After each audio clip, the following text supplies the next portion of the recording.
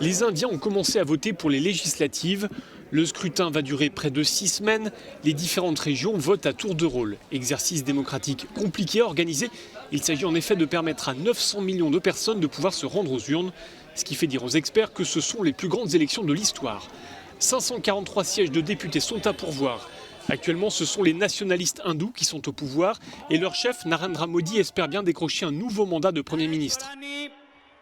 Âgé de 68 ans, Modi jouit d'une grande popularité, d'abord en raison de ses origines populaires, mais aussi en raison de ses postures nationalistes.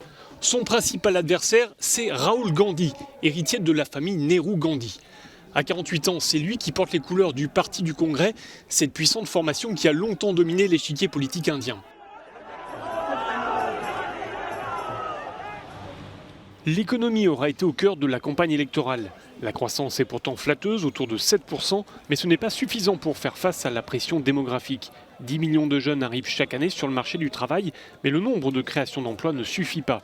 Et puis l'économie a violemment pâti du fiasco de la démonétisation surprise de certains billets à l'automne 2016.